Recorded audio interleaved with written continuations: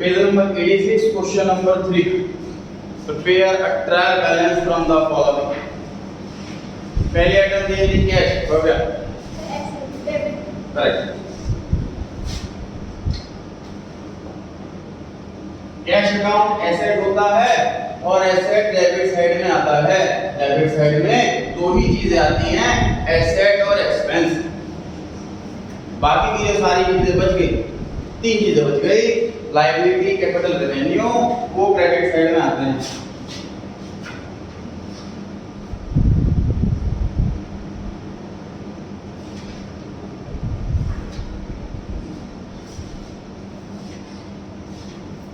Next बताएं,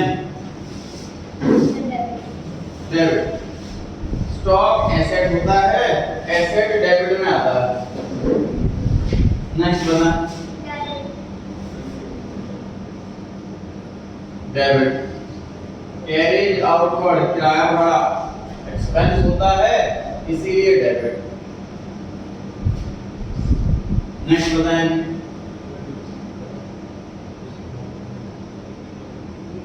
बताओगे किसकी बारी है? अच्छा हाँ जी, क्रेडिट। सेल्स, रेवेन्यू, आमदनी, कैपिटल, कर्जे और आमदनी, तीन चीजें क्रेडिट साइड में। सेल्स इनकम होता है, इनकम क्रेडिट साइड में। सिर्फ दो चीजें डेबिट में, एसेट और एक्सपेंस। आदित्य आपकी बारी आ गई। परचेज किस साइड?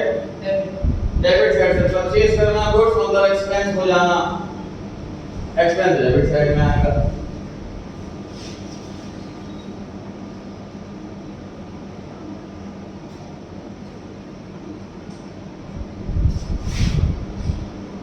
नेक्स्ट बताएं, डिस्काउंट डेबिट। डेबिट सर इसमें साथ साथ लिखा भी हुआ है डीआर,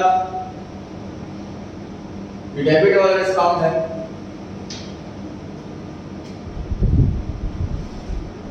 इसमें जो डिस्काउंट लिखा है मैंने 2000, ये एक्सपेंस है कि इनकम? एक्सपेंस। जिससे पूछना मत बताइए। नेक्स्ट किसकी बारी है? अनिश बता। डेबिट। डिस्काउंट के बराबर में कुछ भी नहीं लिखा हुआ तो यही माना जाएगा कि हमने डिस्काउंट दिया है, एक्सपेंस है। सप्लायर कम होते हैं, कस्टमर ज्यादा होते हैं, इसलिए प्रिजम्पशन एक्सपेंस।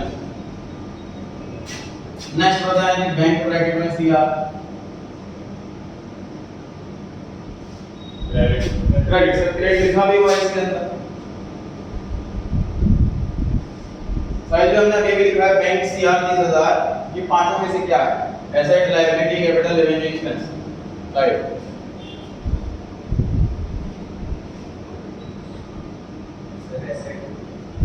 आपसे नहीं पूछा सर, क्या लायबिलिटी। सोचो सीआर क्रेडिट साइड में एसेट कैसे आ सकती?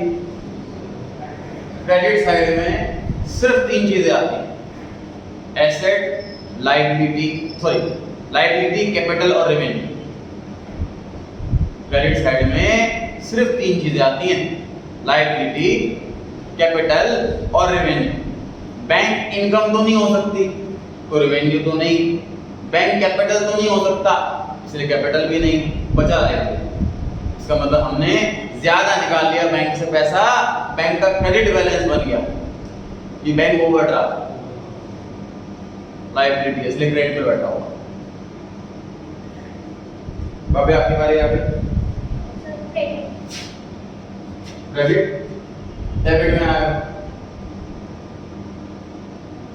अगली आइटम है बुक डेट्स। मैंने ग्रीन कलर से लिखा हुआ है ब्रैकेट में डेटर, एग्जाम में नहीं लिखा हुआ मिलेगा ग्रीन कलर वाला पोर्शन। तो बुक डेट जब भी वर्ड हो, ये डेटर का ही दूसरा नाम। बुक डेट जो है ये डेटर का ही दूसरा नाम है। डेटर एसेट होते हैं, इसलिए डेबिट में आते हैं। हमें उनसे पैसा लेना है, we own some amount from them. यहाँ पे ओन वर्ड आ जाएगा, फिर बन जाता है।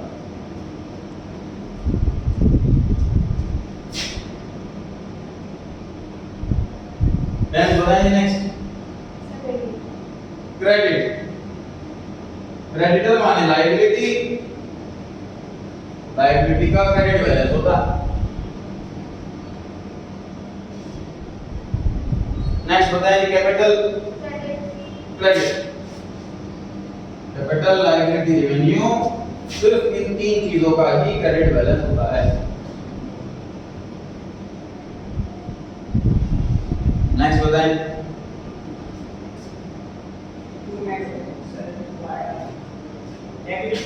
डेबिट साइड, क्योंकि एसेट इक्विपमेंट माने कोई मशीन, कोई चीज करने के लिए इक्विपमेंट होता, मछली मारने का इक्विपमेंट होता, प्रोजेक्टर इक्विपमेंट है, ठीक। एसेट है इसलिए डेबिट साइड पर होगा।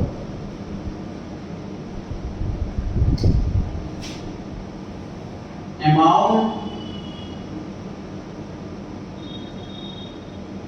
ड्यू टू एडिशन,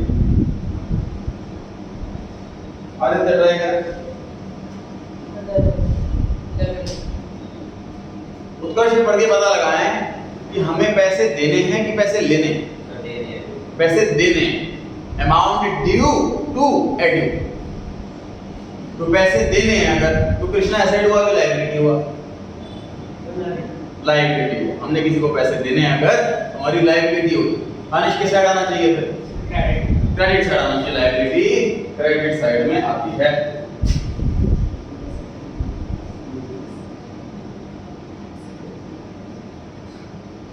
हमने गुड्स नहीं खरीदे होंगे उससे उधार, कुछ और पैसा लिया होगा उधार, या कोई सामान लिया है उधार, इसलिए लिखा हुआ अमाउंट ड्यू टू इट, वरना क्रेडिट वर्ड लिखो। नेक्स्ट आइटम है सर गुडविल।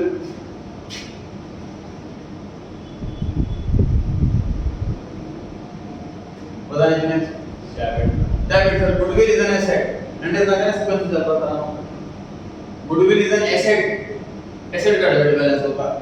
गुडविल है रेपुटेशन इन रुपीस। 12th क्लास में चैप्टर नंबर 3 का नाम गुडविल है। हम बहुत डिटेल में चर्चा करेंगे, इसको कैलकुलेट करना सीखेंगे, गुडविल कैसे कैलकुलेट करते हैं। तो जो रेपुटेशन को रुपीस में कैलकुलेट करना ये भी पॉसिबल है अकाउंट।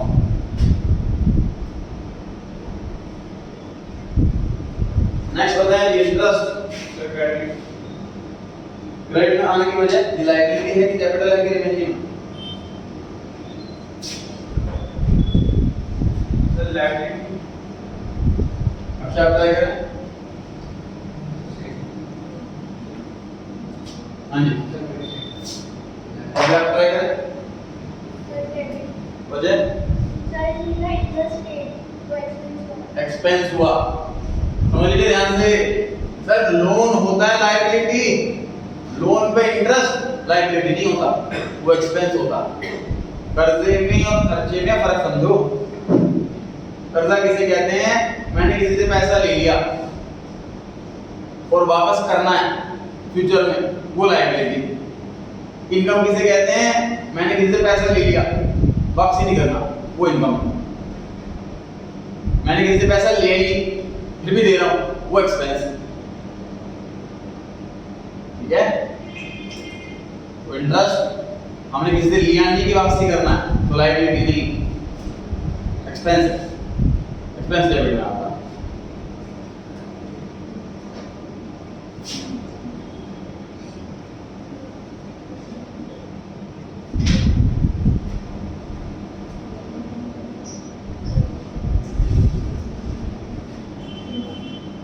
नेक्स्ट बताएं amount due from gate. Credit वजह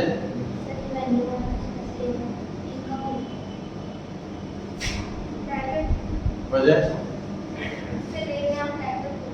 तो प्रोसेस है ये वाला। अमाउंट ड्यू फ्रॉम गेट, हमें पैसे लेने हैं किसी से,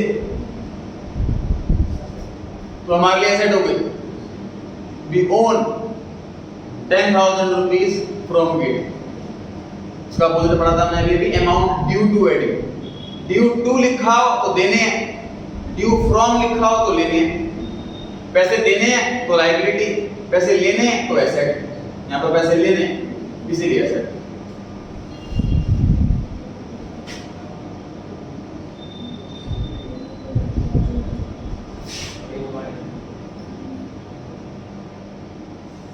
amount due from A. Next है जी प्रीमिसेस। लैंड एंड बिल्डिंग को इकट्ठे एक वर्ड में बोलते हैं प्रीमिसेस। लैंड किसे कहते हैं सर?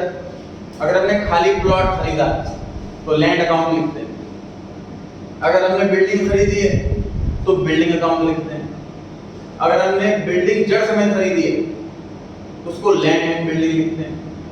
लेकिन कोई ऐसा एरिया खरीदा है उसमें खाली एरिया भी है और बिल्डिंग भी है, जैसे कि मॉल देखा है आप, मॉल का एरिया में जितना बिल्डिंग है सिर्फ वही एरिया नहीं है, आगे पार्किंग का एरिया, गार्डन का एरिया, वो सब भी एरिया उन्हीं का। तो वो वाला लैंड और वाला बिल्डिंग सब कुछ उन्हीं का एरिया, उसे वर्ड में प्रीमाइस बोलते हैं। एसेट होगा एसेट।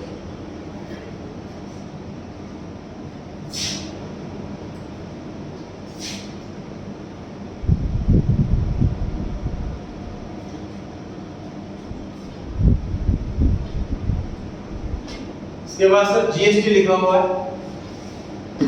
जीएसटी में आपको इस चैप्टर में और स्टार्ट करने वाला हूं, उसके बाद 11 चैप्टर उस चैप्टर में रटवाने वाला हूं, क्योंकि जीएसटी पे स्पेशल चैप्टर बना हुआ है, चैप्टर नंबर 12।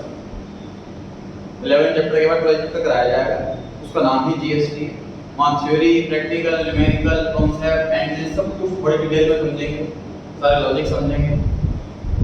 लेकिन कोई परचेज बुक, सेल बुक या ये ट्रायल बैलेंस के अंदर भी जीएसटी है, इसके क्वेश्चन के अंदर थोड़ा बहुत मैंने जीएसटी क्वेश्चन इसके भी देते हैं प्रैक्टिस के लिए। तो अभी क्या रटवा रहा हूं मैं आपको कि जीएसटी के बराबर में अगर इनपुट लिखा हुआ है तो वो एसेट है, अगर जीएसटी के बराबर में आउटपुट लिखा हुआ है तो लायबिलिटी। आप नोट में लिख सकते हैं इनपुट को अंडरलाइन करके एसेट और आउटपुट को अंडरलाइन करके लायबिलिटी। लॉजिक नहीं बताया गया, चैप्टर 12 के लिए क्वेश्चन किया गया। अब लिख दीजिए सारे के सारे जीएसटी, टोटल 6 जीएसटी दिख रहे होंगे आप।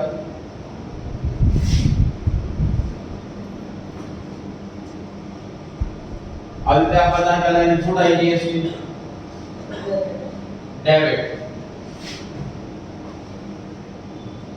उत्कर्ष बताएं नेक्स्ट।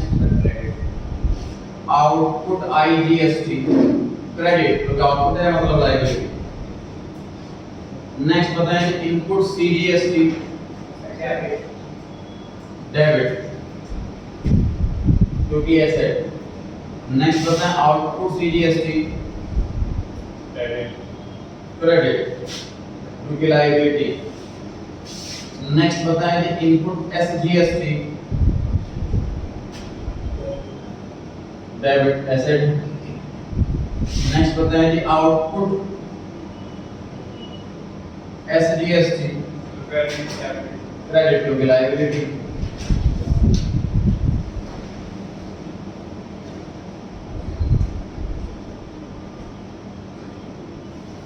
टोटल करेंगे जब हम दोनों साइड का, टोटल आंसर में दे रखा है मैंने, टोटल आ रहा है डेबिट साइड का 3,80,000, क्रेडिट साइड का 3,30,000, टोटल क्रेडिट साइड का छोटा मतलब मैंने वो आइटम मिसिंग।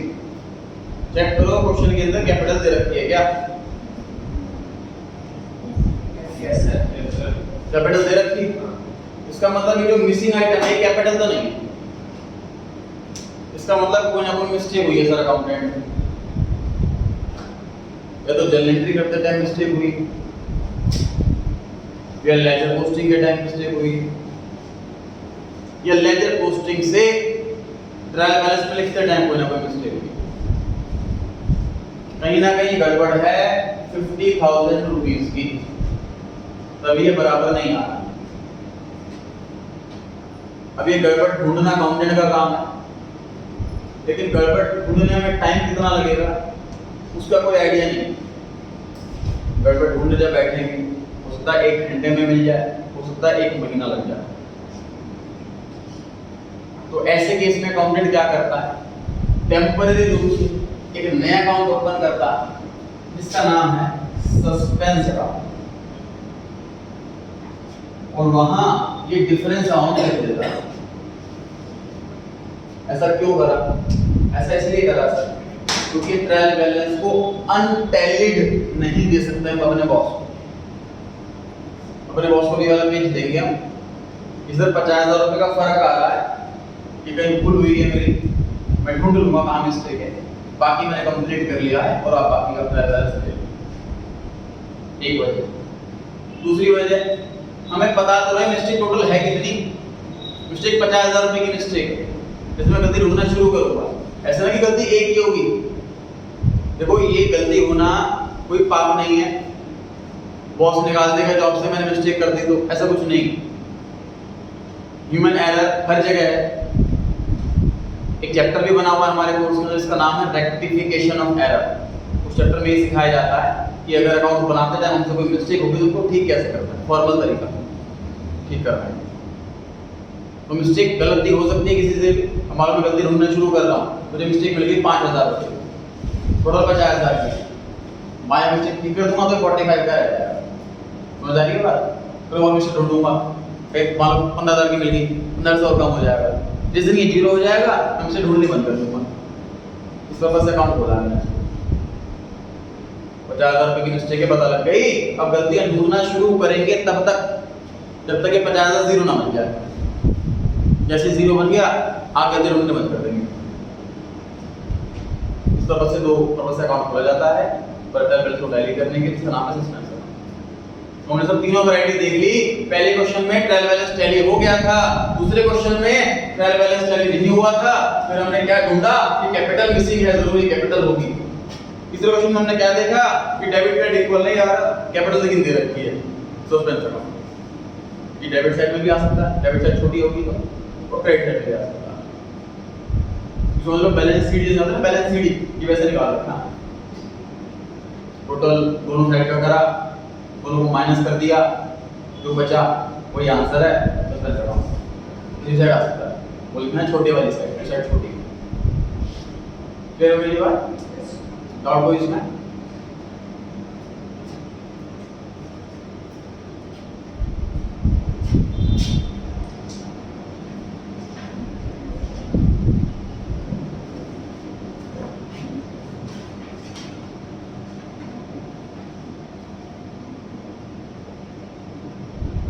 नोट ही कर रहे हैं आप लोग?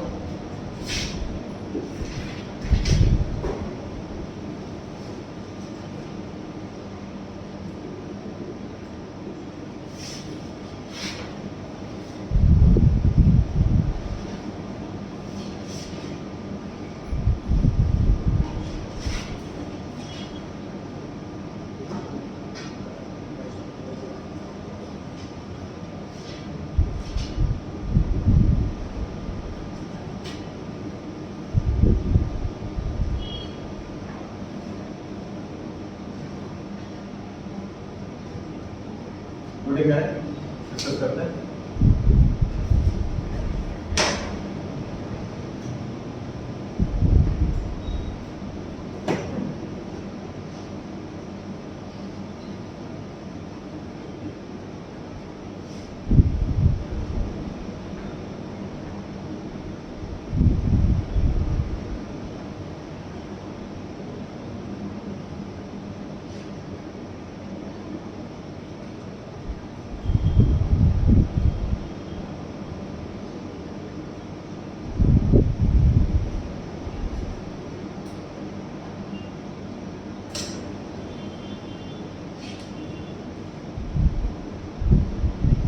एक जगह टिक लगा हुआ है, एक जगह क्रॉस लगा हुआ है।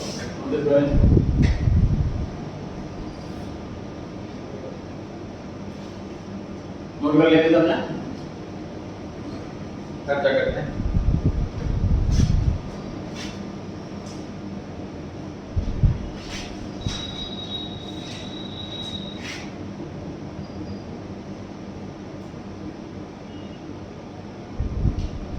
मैंने चैप्टर के पहले क्वेश्चन में क्लोजिंग स्टेटमेंट लाइन करवाया था, वहाँ पे इग्नोर लिखवाया था, तो डिस्कस कर रहे हैं लॉजिक और उसके अलावा क्या क्या क्वेश्चन के अंदर आ सकता है। तो साल स्टार्ट हुआ 1 अप्रैल 2021 को, साल खत्म हुआ 31 मार्च 2022 को। तो साल की शुरुआत में स्टॉक था, उसे ओपनिंग स्टॉक कहते हैं। जो साल के एंड में स्टॉक होता है उसे क्लोजिंग स्टॉक है। तो जो गुड्स हम खरीदते हैं पूरे साल, वो देखा जाए तो स्टॉक है, एसेट है, बट उसे हम एसेट नहीं बोला, हम उसे एक्सपेंस बोला। जब गुड्स खरीदते हैं तो स्टॉक अकाउंट या गुड्स अकाउंट नहीं लिखते, परचेजेज अकाउंट लिखते हैं। ये मानते हुए कि जब परचेज करें सारा खर्चा हो गया, ये मानते हुए जब बेचेंगे सारा प्रॉफिट हो गया, और साल के एंड में सेल परचेज को हम सेट ऑफ कर देंगे तो बैलेंस फिगर एक्सिट प्रॉफिट निकल आएगा। ये वाला काम फाइनल अकाउंट में करेंगे, मैच करने का काम। ओपनिंग स्टॉक जो साल की शुरुआत में स्टॉक है वो डेफिनेटली इस साल बिक गया होगा, तभी तो परचेज कर रहा होगा ना। तो पूरे साल में परचेज तो पक्का होगी, तो परचेज तभी होगी जब पुराना माल खत्म हो जाएगा, पुराना माल बचा हुआ तो खरीदेंगे। तो ओपनिंग स्टॉक पे खर्चा हो गया। अभी तक आपने ओपनिंग स्टॉक लिखा है सारे क्वेश्चनों में ट्रायल बैलेंस के अंदर, मैंने क्लास में उसको एसेट पढ़वाया, गलत पढ़वाया, एक्सपेंस है वो, इसलिए डेबिट में आता। तो पता था मैं एक्सपेंस है तो समझ में नहीं आता लॉजिक, उसको मैंने वेट कर रखा था बताने के लिए। ओपनिंग स्टॉक एसेट नहीं है, एक्सपेंस है। वजह क्योंकि वो नॉर्मल परचेज में मिक्स हो रहा है, वो भी वही सामान है जो हमने खरीदा बिके। ध्यान दें इस चीज को, इस तरह हम सामान 100 रुपए का खरीदते हैं और 120 का बेचते हैं, तो हम लोग अकाउंटेंट करते क्या है, 100 रुपए पूरा खर्चा, 120 रुपए पूरा रिमेनिंग, ऐसे रिकॉर्डिंग करते हैं। ऐसे नहीं करते कि 100 का सामान खरीदा एसेट हो गई, इसको 120 में बेचा तो 20 रुपए प्रॉफिट हो गया, ऐसे रिकॉर्ड नहीं करते। उसके पीछे वजह ये है कि सर डेली 50 बार सामान बिकता, ग्राहक को सामान देंगे तो ये कैलकुलेशन करने बैठ जाएंगे, अच्छा खरीदा इतने का था, अच्छा इतना किराया भी लग गया, अच्छा इतने पैकेजिंग का खर्चा भी आ गया, इतना प्रॉफिट बैठा, पागल हो जाएंगे अकाउंटेंट। तो इस चीज को इजी करने के लिए, इस काम को, इस बर्डन को हल्का करने के लिए हम लोगों ने कहा कि प्रॉफिट डे वाइज कैलकुलेट नहीं करेंगे, प्रॉफिट ईयर वाइज कैलकुलेट करेंगे। जब माल खरीदो पूरा खर्चा, जब माल बेचो पूरे इनकम, फिलहाल ऐसे काउंटिंग करो। जब साल खत्म हो जाए तब इन दोनों को टोटल परचेज, टोटल सेल को माइनस कर देना, प्रॉफिट निकल आता है। ऐसे करते हैं अकाउंटेंट। तो जो ओपनिंग स्टॉक है, साल की शुरुआत का स्टॉक है, हमने पहले से रखा हुआ था, लास्ट ईयर का बचा हुआ है, तो सब के बाद बिक गया होगा, खर्च हो गया होगा, इसलिए opening stock is an expense और इसलिए डेबिट में आता है। ठीक बात है। क्लोजिंग स्टॉक, क्लोजिंग स्टॉक क्या चीज है सर, सोच के देखना। क्लोजिंग स्टॉक परचेज का वो हिस्सा है जो नहीं बिका, सोच के देखो। एग्जांपल जैसे ओपनिंग स्टॉक मान लीजिए 10,000, परचेज करा हमने मान लीजिए 5 लाख का सामान, क्लोजिंग स्टॉक 50,000, तो ये साल का पहले से पड़ा हुआ था, वो बेच दिया होगा हमने, ये माल खरीदा हमने इस साल। और क्लोजिंग स्टॉक का मतलब माल खरीदा बट बिका नहीं, तो स्टॉक बच गया, तो इसी का तो हिस्सा है।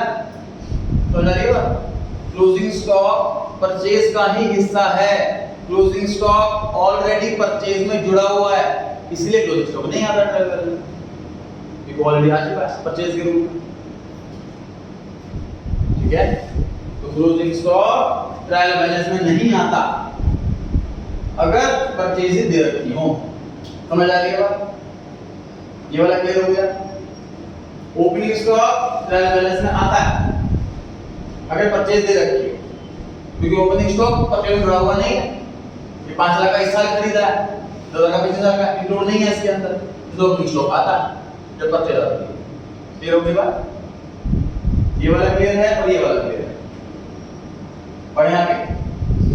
अच्छा सर, इसको प्रेजेंट करने का थोड़ा सा कंफ्यूजन है सर, 3 ओपनिंग स्टॉक अलग, परचेज अलग, क्लोजिंग स्टॉक अलग, इन तीनों को एक टर्म में, एक अमाउंट में लिखना चाहें, खर्चा हुआ कितना, कैसे लिखेंगे?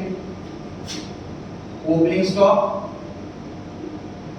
10,000 का खर्च हो गया, प्लस परचेज करा हमने 5 लाख का खर्चा हो गया, माइनस क्लोजिंग स्टॉक 50,000 का खर्च नहीं हुआ, माल पर रखा हुआ नहीं बिका, टोटल खर्चा 460 का होगा, मतलब टोटल माल 460 का बिका। तो सेल्स को कंपेयर करना है बेसिकली, टोटल सेल जो 6 लाख की हुई है, तो 460 का माल बिका 6 लाख में, इसका 140 का प्रॉफिट है इसका। इस वाले को बोलते हैं एडजस्टेड परचेजेस। इसका मतलब वो परचेज जिसमें ओपनिंग क्लोजिंग एडजस्ट हो चुका है, ऐसी परचेज को बोलते हैं एडजस्टेड परचेजेस। तो इस बताओ इस 460 में ओपनिंग स्टॉक इंक्लूड है कि नहीं है? इंक्लूड है। तो जब भी एडजस्टेड परचेज दे रखी हो तो ओपनिंग स्टॉक नहीं लिखने का, बिकॉज़ इंक्लूड। मुझे बताइए क्या इस 460 में क्लोजिंग स्टॉक इंक्लूड है? नहीं है, माइनस कर लिया ना हमने, नहीं है इंक्लूड।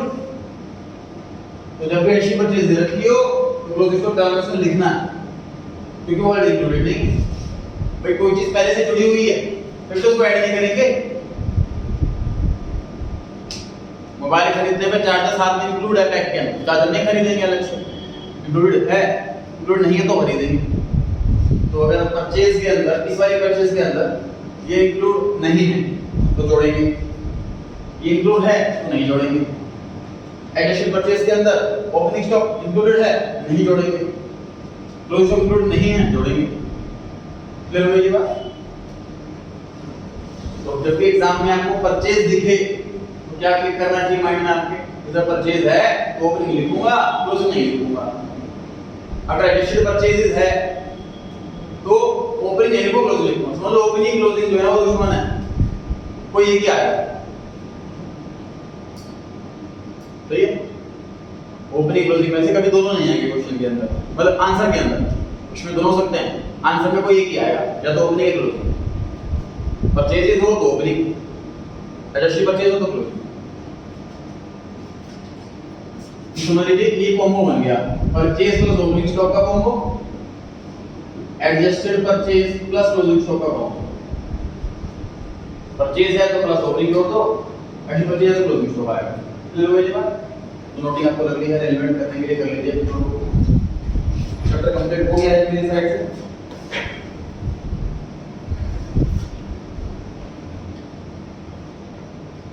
अब नेक्स्ट संडे के लिए वो लेटर तैयार हो गया है।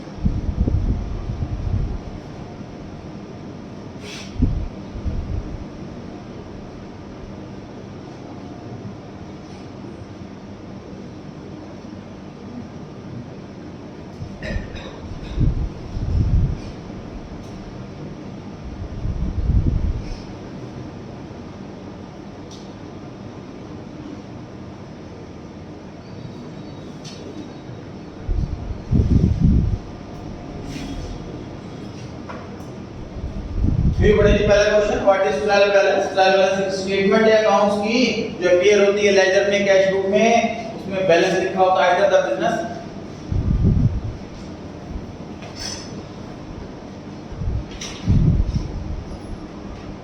बिजनेस की जगह ना बैलेंस लिखना, बैलेंस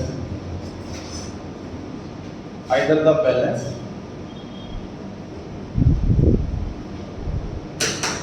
और total amount of debit and credit. Question number 2 important बता दीजिए, फायदा बताओ। तो फाइनल अकाउंट प्रिपेयर करने में हेल्प करता है ज्यादा ट्रायल बैलेंस से। एक और चीज बनती है चैप्टर 18 19 में सीखेंगे, उसका नाम फाइनल अकाउंट है। ट्रायल बैलेंस की हेल्प से फाइनल अकाउंट बनता है। थर्ड क्वेश्चन, ट्रायल बैलेंस एक अकाउंट है क्या? अकाउंट वो होता है सर इसके टॉप कॉर्नर पे डेबिट क्रेडिट लिखा हो। अकाउंट वो होता है इसके डेबिट में 2 क्रेडिट में बाय लिखा हो। ये अकाउंट नहीं है, सिंपल स्टेटमेंट एक पेपर। तो ये अकाउंट नहीं होता, स्टेटमेंट होती है जिसमें नाम बैलेंस लिखे होते हैं। फंक्शन बताना, इसका काम क्या करता है? अरिथमेटिकल एक्यूरेसी चेक करता है। अरिथमेटिकल मतलब मैथमेटिकल।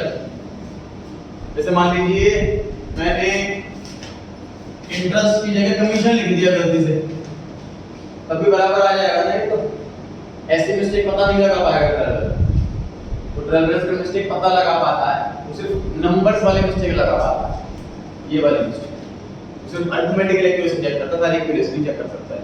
तो लिखा हुआ arithmetical accuracy, prepare account, final account prepare करने में हेल्प, समरी बना देता है खड़े अकाउंट की, और गलतियां ढूंढने में हेल्प करता है, ठीक है, कितनी है पता लग जाएगा।